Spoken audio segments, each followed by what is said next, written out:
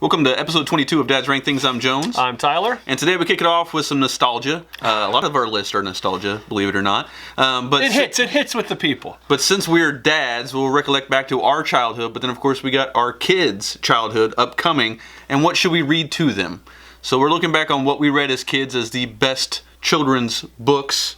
But we're doing series, not individual books. We're doing series. Yeah, we upon further research, we realize when someone writes a children's book, they usually have several that follow. Especially if it's good. Of course, they're going to be picked up from multiple books. Yep. To make money, it makes sense.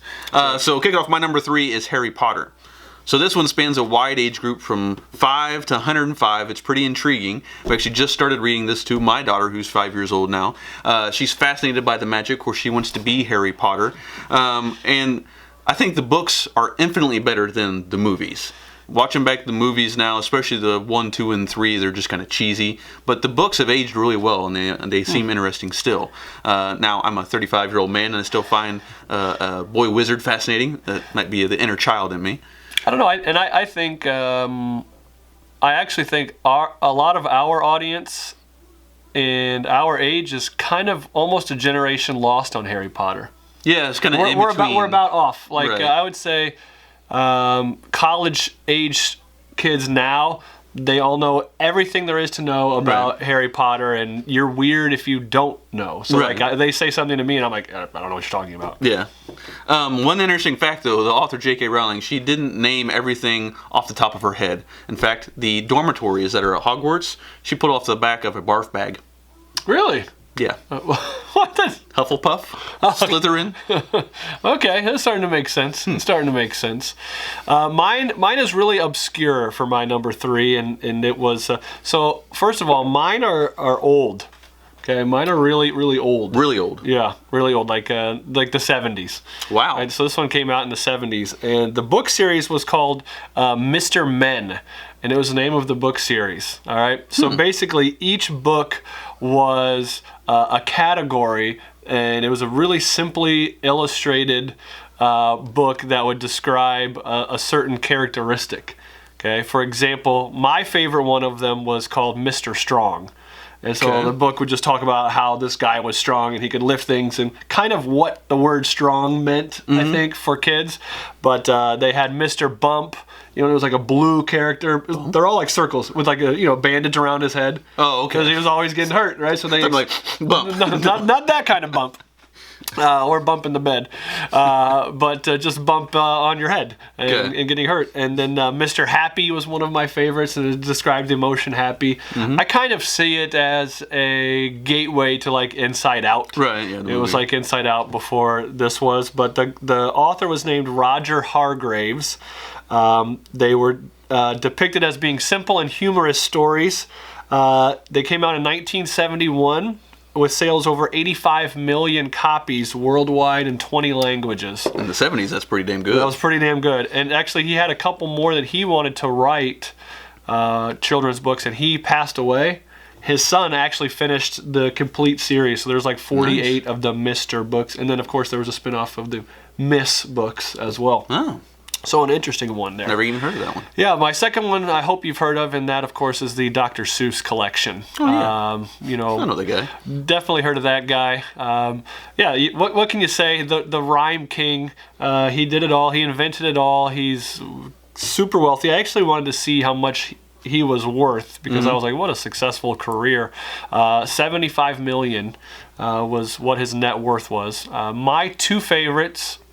The Lorax, probably. We could do a whole other ranking on this, probably. Dr. Seuss books. Lorax and Cat in the Hat would be my top 2. I won't give you 3 just in case we ever do this one, but Green Eggs and Ham is my favorite. You like that one? Yeah. They even made a series now off of that whole Green Eggs and Ham, and the voice of it's actually Adam Devine. Really? And Kiko Makaki is the narrator. That's a good group. Check that out on Netflix. Check it out. That's a good group. Yeah. So yeah, that was my second one, Dr. Seuss. My number 2 is Magic School Bus. Oh, So yeah. another popular one. This one trends back to, I think, when we were kids. Like middle school is when this started being popular. But nowadays, like, you can see this. There's 2 series based on this, TV series. There's movies, of course, based on this. But all the educational fun that you can have while reading, I think. Same reason why, like Bill Nye, you got to learn while being entertained at the same time. Miss Frizzle was a fox, of course, and you got to learn about science. One of my favorite subjects. You got volcanoes, you got space, you got snot. Whole bunch of stuff in those series. Magic School Bus. And I just can't help but think like hippies run the show. It's true. Miss Frizzle for sure was a hippie. She had her share of happy. I mean, her name back in the general. day. That's right. Miss Frizzle. My number 1 is Goosebumps. Oh, good one. So it was the top-selling book series, children's book series of all time until Harry Potter surpassed it. 400 million books sold worldwide. Started way back in 1992, and it's actually still going today. That's how popular it is. Of course, these were short stories. They were intro to the horror genre for kids, while not being too scary at the same time, just enough to frighten you a little bit. Something this has inspired, though, they got, again, movies, TV series, and actually 6 video games based off the Goosebumps There are? books. Like coming out, or they already exist? They already exist. 6 video games. I can see those being decent video games.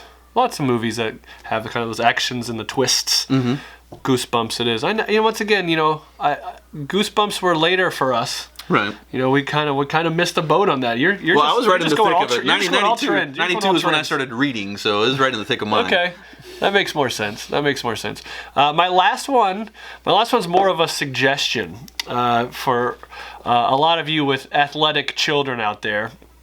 And my last one is the Matt Christopher Sports Book Collection. Have you ever heard of this? Matt Christopher. The most popular one that you might have read growing up was the name of the book was The Kid Who Only Hit Homers. Okay, yeah. And that was really popular. That's Yeah. kind of one that set Matt Christopher off. But he has he's still writing, never ending. He had like a most recent one about Steph Curry. So I didn't know that. For me, The Kid Who Only Hit Homers changed my life. I was like, whoa, I'm such a kid. I'm such a sports nerd, and these books do everything for me.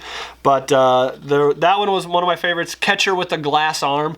That was another one. And then there was a basketball one called Johnny Longlegs. Johnny Longlegs was a good sports book for kids. And then I was a soccer one, so I had Soccer Halfback. Not as creative with the name. Soccer wasn't as popular back then.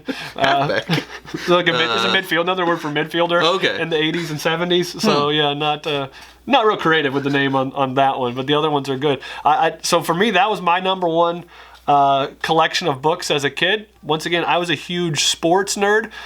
Jones probably wouldn't let me put this on here, but one of my number 1 things to read as a kid were the sports almanacs from the previous year. Yeah. I would get the 1987 sports almanac, and I would just read the whole thing. That's not a good children's series, probably. And neither are sports card books. I used to read Beckett all the time. Oh, Beckett was. I read the Beckett too. Good. You want to see where your worth was. Make that cash, kids. Tell us what your favorites are.